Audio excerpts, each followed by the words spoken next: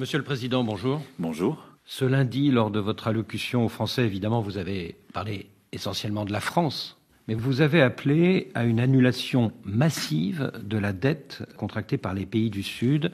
Est-ce à dire que votre inquiétude ne porte pas que sur la France, elle porte aussi notamment sur l'Afrique ? Oui, très profondément, parce que quand on regarde la situation aujourd'hui de l'Afrique, sur le plan sanitaire, sur le plan économique, sur le plan climatique, il est évident que nous lui devons la solidarité. Alors, depuis un mois, beaucoup prédisent une catastrophe. Mais pour l'instant, c'est pas le cas. L'Afrique est même, pour l'instant, le continent le moins impacté par le virus. Et le professeur Raoult, à qui vous êtes allé rendre visite il y a quelques jours à Marseille, il dit l'Afrique est relativement protégée grâce à la consommation courante de traitements antipaludiques. Il a cette phrase, en Afrique, la chloroquine, on en a tous bouffé quand on était gosse. Alors, moi, je ne suis pas médecin. Je ne suis pas spécialiste de maladies infectieuses comme le professeur Raoult, pour qui j'ai beaucoup de respect, que je suis en effet allé voir pour comprendre et m'assurer que ce qu'il proposait était bien testé dans le cadre des essais cliniques. Nous n'avons aujourd'hui aucun traitement reconnu. Moi, mon rôle, et ce que j'ai fait en me rendant chez le professeur Raoult, c'est de m'assurer que ce qu'il propose, ce sur quoi il travaille, et c'est vraiment l'une de nos plus grandes sommités en la matière, rentrait bien dans le cadre d'un protocole d'essais cliniques, qu'on pouvait aller vite pour s'assurer, en tout cas regarder, avec des méthodes qui doivent être simples mais rigoureuses, si ça marchait ou ça ne marchait pas. Donc aujourd'hui, la combinaison hydroxychloroquine, azithromycine, c'est une bithérapie que propose le professeur Raoult. Il faut qu'elle soit testée. Lui, donc, l'utilise et a son propre protocole. Il y a un protocole qui a été autorisé par les autorités compétentes à Montpellier. Et il faut qu'on avance, mais qu'on montre l'efficacité et qu'on mesure la toxicité. Je dis ça parce qu'il faut être très prudent. Et le président de la République française, il n'est pas là pour dire tel traitement est le bon ou n'est pas le bon. Mais mon devoir, c'est que toutes les pistes thérapeutiques aujourd'hui poursuivies puissent faire l'objet d'essais cliniques rigoureux et les plus rapides possibles pour qu'on trouve un traitement. Ce plan pour l'Afrique en 4 axes. Le 4e axe, c'est le volet économique, le volet financier.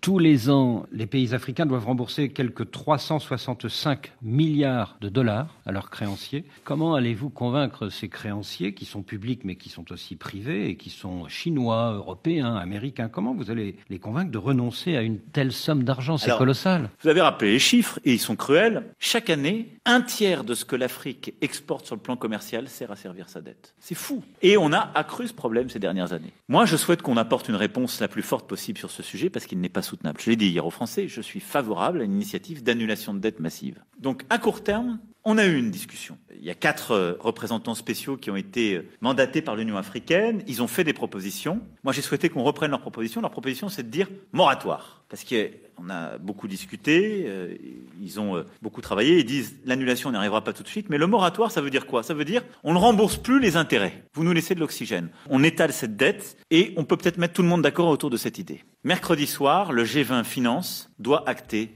je touche du bois, en tout cas on y a mis tout notre capital politique, de ce moratoire sur les dettes à l'égard de l'Afrique. Moratoire qui touche les membres du Club de Paris, mais aussi la Chine, la Russie, l'ensemble des économies du Golfe et les grands bailleurs multilatéraux. C'est une première mondiale. C'est une étape indispensable et je pense que c'est une formidable avancée. Maintenant, elle doit précéder d'autres étapes qui sont des étapes de restructuration de la dette africaine. Mais on ne peut pas non plus dire cet effort il sera fait que par quelques-uns et les autres ne le feront pas. Il doit être le même chez tous les grands bailleurs. Les Chinois sont détenteurs de quelques 40% des créances actuelles sur l'Afrique. Est-ce que vous en avez parlé avec le numéro 1 chinois, Xi Jinping? Est-ce qu'il est d'accord pour rééchelonner cette dette, voire pour l'annuler, comme vous l'avez demandé? Alors, je n'ai pas eu une discussion avec lui sur ce sujet. Je sais pour lui l'importance que revêt l'Afrique. Je ne doute pas une seule seconde que pour le président chinois, la situation aujourd'hui de l'Afrique justifie un geste de cette importance. Donc, je pense que c'est un geste important que la Chine, en effet, doit faire pour accompagner ce travail.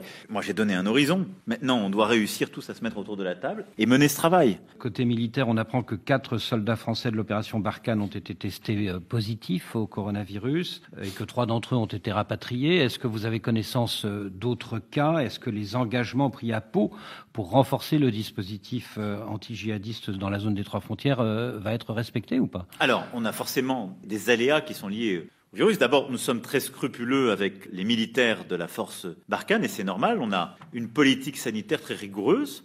Ils sont mis en quarantaine avant d'arriver sur le sol. Ils sont testés quand ils ont des symptômes. Et ça vous montre le sérieux avec lequel tout ça est suivi. Nous continuons le travail. mes amis justement du Sahel avaient décidé à Pau de vraiment accélérer sur la mise en place d'un centre de renseignement commun à Niamey. Ça a été fait de manière très rapide et on a eu des opérations à succès dans Niptako, le Gourma et quelques autres régions contre les djihadistes. On a eu plusieurs opérations avec succès au Niger ou au Mali. Il y a des nouveaux cas dans l'armée française? Chaque jour. Non, il n'y a pas, à ma connaissance, de nouveaux cas. La deuxième chose, c'est qu'il y a eu une offensive extrêmement dure de Boko Haram et associée, si je puis dire, dans la région du lac Tchad. Et je veux ici redire notre solidarité à l'égard du Tchad et de son peuple, parce qu'ils ont été durement touchés. L'armée tchadienne a subi des pertes importantes dans un premier temps. Elle a ensuite réagi très fortement, mais ça a conduit l'armée tchadienne à se mobiliser, non seulement sur son sol, mais aussi au Nigeria, au Niger et au Cameroun. Et le président Déby l'a dit, mobilisé sur cette partie de son territoire, il n'a pas pu déployer le bataillon qui était prévu sur le fuseau central. Ça, c'est un changement par rapport à Pau,